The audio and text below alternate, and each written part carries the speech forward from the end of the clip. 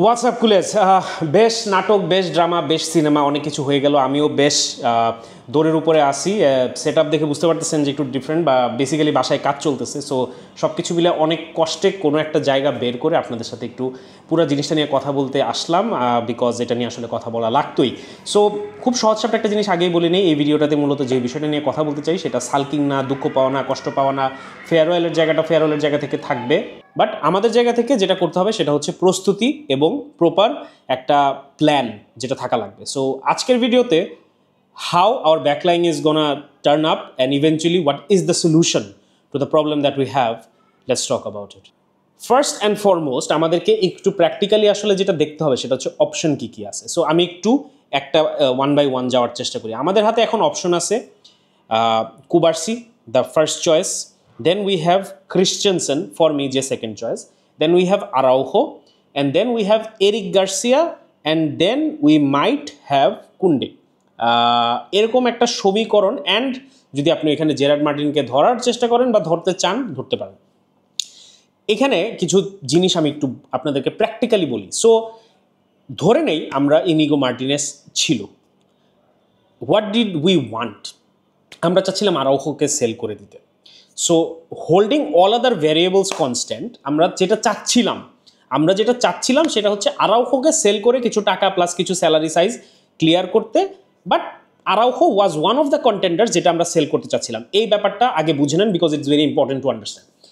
যেহেতু আমরা একটা সেন্টার ব্যাক, XYZ যেই হোক, একটা সেন্টার ব্যাককে সেল করতে চাচ্ছিলাম, সেইখান থেকে আমি বলতেছি না ইনিগো মার্টিনেজকে বেঁচে দেওয়া কোনো অংশেই যুক্তিসঙ্গত কোনো কারণ হয়েছে, অ্যাবসলিউটলি না। সেই ব্যাপারে কোনো যুক্তি খণ্ডানোর কিছু নাই।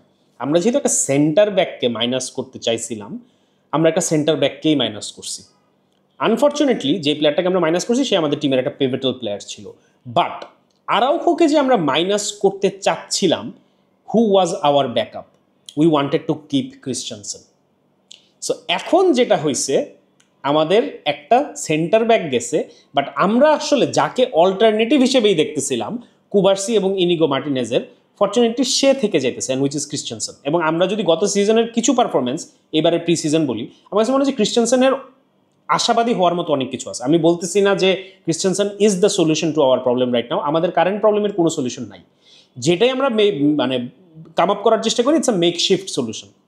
মেকশিফট সলিউশনের জায়গা থেকে একটা সেন্টার ব্যাক গেছে, ইনিগোর জায়গায় ক্রিশ্চিয়ানসেন কামস ইন। আমি জানি আপনারা যেটা এখন সবার আগে জিজ্ঞেস করবেন, ভাই খেলাবে তো আরাউখোকে, সেটা আমরা জানি না। সেটা এখনও আমরা এই সিচুয়েশন হওয়ার পর কোনো ম্যাচ দেখি নাই, কম্পিটিটিভ কোনো ম্যাচ দেখি নাই। সো আমরা আসলে জানি না ফ্লিক আরাউখোকে খেলাবে না ফ্লিক ক্রিশ্চিয়ানসেনকে খেলাবে। এবং গত সিজনের পর যদি ফ্লিক আমাকে বলে Araujo is my go to centre back, আমি ফ্লিকের কথা মানতে রাজি আছি। কিন্তু আমার জায়গা থেকে যেটা মনে হয় প্র্যাকটিক্যালি যুক্তিসঙ্গতভাবে ইনিগোর রিপ্লেসমেন্ট হইতে যাচ্ছে Christensen, not Araujo. In that case আমাদের কিন্তু ইকুয়েশনটা চেঞ্জ হয় না খুব বেশি একটা। আমরা সিজনটা শুরু করতে চাচ্ছিলাম লিভিং আরাউখো বিহাইন্ড, কেন? স্যালারি ক্যাপ খালি করতো। ইনিগো যাওয়াতে যেটা হয়েছে, স্যালারি ক্যাপ খালি হয়েছে। সো আপনি যদি খুবই কাঠখোট্টা হিসাব করে দেখেন, আমাদের যেটা লস হয়েছে, আমাদের সেন্টার ব্যাকের মধ্যে যে অপশনসগুলো ছিল তার মধ্যে সবচেয়ে ভালো অপশনটাকে আমরা হারাইছি।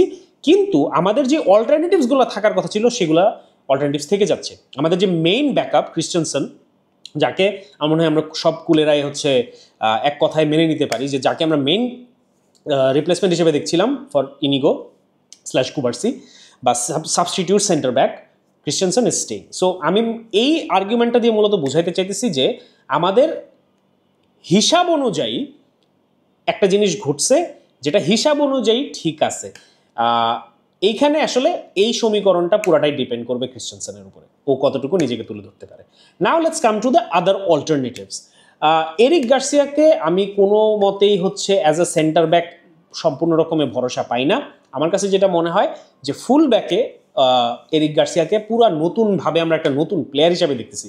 এটা আপনি ওর পজিশনিং বলেন, ওর পপ আপ বলেন, ওর অ্যাসিস্ট বলেন, এবং মোস্ট ইম্পর্টেন্টলি ওর খুবই ইন্টারেস্টিংলি এটা আমি বলতেছি, গোল স্কোরিং যদি আপনি দেখেন, এরিক গার্সিয়া ফুল ব্যাকে আসার পর কমপ্লিটলি ডিফারেন্ট একটা ফুটবলার মনে হচ্ছে। সো ওই মোমেন্টামটা আমি ব্রেক করতে চাই না। কুন্ডেকে হাত দেওয়া ইজ অ্যাবসলিউটলি ইম্পসিবল, স্পেশালি যখন আমার ফুলব্যাকের কোনো প্রপার অপশনস নাই। And last but not this, Gerard Martin. আমার কাছে মনে হয় যদি যদি আমরা যেটা আমরা শুনতেছি অ্যাথলেটিকো বির প্লেয়ারটাকে সাইন করানোর একটা কথাবার্তা চলতেছে, আমি জানি না এটা কতটুকু প্র্যাকটিক্যাল একটা সলিউশন হবে। লামাসিয়া থেকে আসলেও আমি হয়তো বা বুঝতে পারতাম, বাট আমি যেহেতু প্লেয়ারটার ব্যাপারে কিছুই জানি না, আমি কোনো মন্তব্য করতে চাই না। অ্যান্ড আমাদের রেজিস্ট্রেশনের যে অবস্থা আমরা সবাই জানি যে নতুন প্লেয়ার সাইন করানোটা এখন আসলে খুবই আকাশ কুসুম একটা কল্পনার মতো জিনিসটা। সো আমি এই ব্যাপারে কোনো মন্তব্য করতে চাই না। বাট আমার যেটা ধারণা এবং আমার যেটা মনে হয় সেটা হচ্ছে Gerard Martin could hold the ace for us. Yes, Gerard মার্টিনের খেলা অবভিয়াসলি কনক্লুসিভ কিছু দেখি নাই as a centre back. Gerard মার্টিনের খেলা অবভিয়াসলি বলে দেওয়া যায় না যে ইনিগো মার্টিনেসকে রিপ্লেস করে ফেলতে পারবে, but I think there is a chance, there is an option. খুবই খুবই খুবই সামান্য, খুবই খুবই লেটস সে আকাশ কুসুম, খুবই ক্ষীণ, বাট আমার কাছে মনে হয় যে Gerard Martin as a centre back could surprise us. ওর সেন্টার ব্যাক হওয়ার জন্য যা যা অ্যাট্রিবিউটস লাগে সবগুলো আছে। He smart on the ball, he has a good pass, he is not the fastest, যার কারণে ও ফুল ব্যাকে সাফার করে, সেন্টার ব্যাকের জন্য এত পেসের দরকার নাই, and he has height and physicality. তো সব কিছু মিলে আমার কাছে মনে হয় যে Gerard Martin could be a get out of jail free card, and এটা আমার কাছে একটা কিছুটা আশার বাণী। সো আমি বললাম যে প্র্যাকটিক্যালি আমাদের ক্রিস্টেনসেন হাতে আছে, who is going to now slot in to the main position, যাকে আমরা রিপ্লেসমেন্ট হিসেবে চাচ্ছিলাম, অ্যান্ড আরাউখো আছে। লেটস হোপ যে আরাউখো স্টিল, আমি ওকে কোয়ালিটি সেন্টার ব্যাক এই জন্য বলি যে একদম ওল্ড স্কুল রাগেড ডিফেন্ডিং যেটা, এটাও খুব ভালো পারে। স্মার্ট সফিস্টিকেটেড ফ্লিক্স সিস্টেমে যে ডিফেন্সটা দরকার সেটা আরাউখো ভালো পারে না। সো এইটাকে যদি ও অ্যাডাপ্ট করতে পারে, ওর যদি ইম্প্রুভমেন্ট আসে, then I would be really happy. But আমার কাছে মনে হয় ক্রিস্টেনসেন যদি স্লট ইন করে, কুবার্সি যদি ফিট থাকে, জেরার্ড মার্টিন যদি নিজেকে তুলে ধরতে পারে, অ্যান্ড ইভেন্চুয়ালি আমরা যদি কাউকে সাইন করাইতে পারি, বা এরিক গার্সিয়া যদি from time to time slot in করে, I think we are covered at the back. Now let's come to the second point which gives me কিছুটা হইলেও স্বস্তি।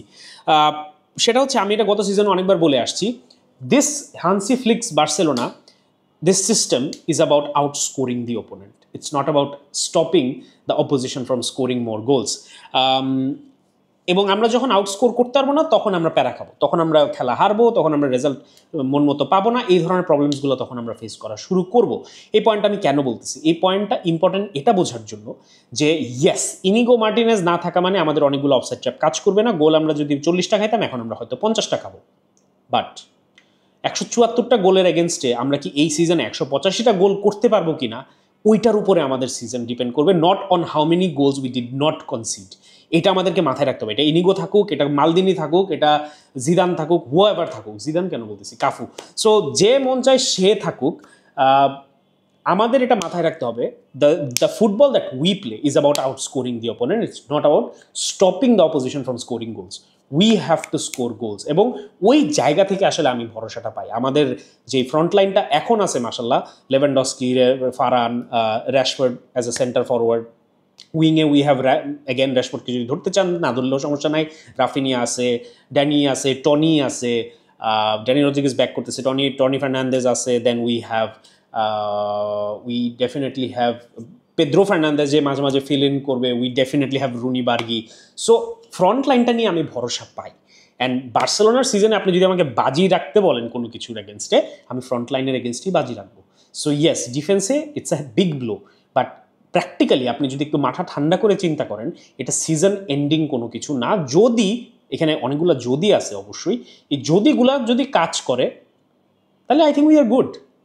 অ্যান্ড যদি সামহাও কোনো ম্যাজিক ট্যাজিক করায় যদি আমরা একটা রিপ্লেসমেন্ট কোনোভাবে কিনতে পারি, অ্যাটলিস্ট সামারে না হোক জানুয়ারিতে যদি আমরা ওই জায়গাটা রিএনফোর্স করতে পারি, আই থিঙ্ক অ্যাটলিস্ট জানুয়ারি পর্যন্ত উই আর সর্টেড। এবং এটা নিয়ে ওইরকম মেজর কান্নাকাটি করার মতো আমি অ্যাটলিস্ট এখনও কিছু পাচ্ছি না। কালকের ম্যাচটা দেখার পরে হয়তো বা মতবাদ চেঞ্জও হয়ে যেতে পারে। But guys, all I am saying is, আমরা কিসের মধ্যে দিয়ে গেছি উই নো এটা, এবং এটা আমি বোঝানোর চেষ্টা করছি যে আমাদের গত সিজনে ডিফেন্স, মিড, ফ্রন্ট বাদ দেন, ম্যানেজারই ছিল না।